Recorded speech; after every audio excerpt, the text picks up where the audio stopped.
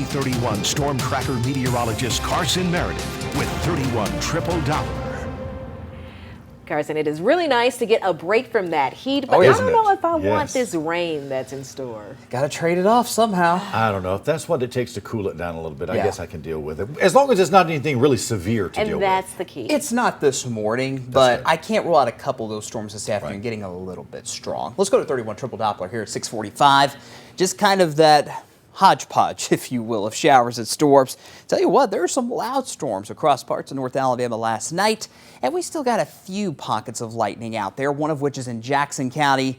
Let's say down towards Langston. There's still some light rain coming down at Scottsboro as well. Most widespread storms we're tracking for you is this little line that's developed right on the Colbert-Lawrence County line, going through Phil Campbell down towards Haleyville across Marion County as well. And I expect this morning round of storms, if you will, to start dissipating by about 8 or 9 o'clock.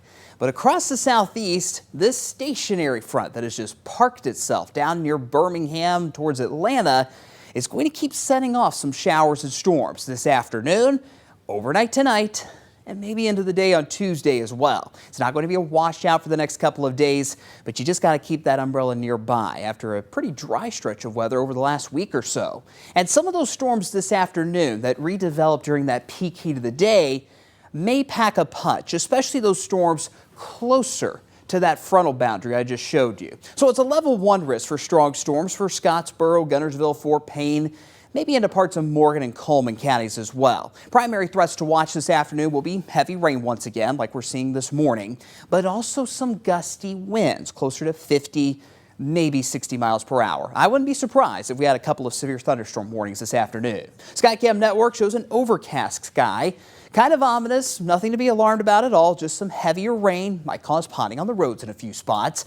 Otherwise, it's soupy. We got temperatures in the mid-70s, but with the cloud cover holding tough and with those higher storm chances today, at long last, we'll finally cool things down. I don't mind that given how hot it's been recently. 86 is our forecast high today, and we'll keep those temperatures in the 80s all week long. Here's future radar at noon, mostly cloudy, but mostly dry. But as the afternoon goes on, let's say starting around 2 or 3 o'clock, here go those storms yet again. Everybody could see storms today, but the area we're most concerned about will be along and east of I-65 for that heavy rain and gusty wind potential. So those afternoon and evening storms will fizzle out around 9 or 10 o'clock tonight, but I'll keep a small chance for a couple of storms over I-59 overnight and into early Tuesday morning. There's a chance for a few more pop-up storms Tuesday afternoon over Sand Mountain as well, but not quite as many as what we'll see today. Here's the latest forecast on Tropical Storm Idalia. It's right on the edge of becoming a hurricane. It will become a hurricane later today.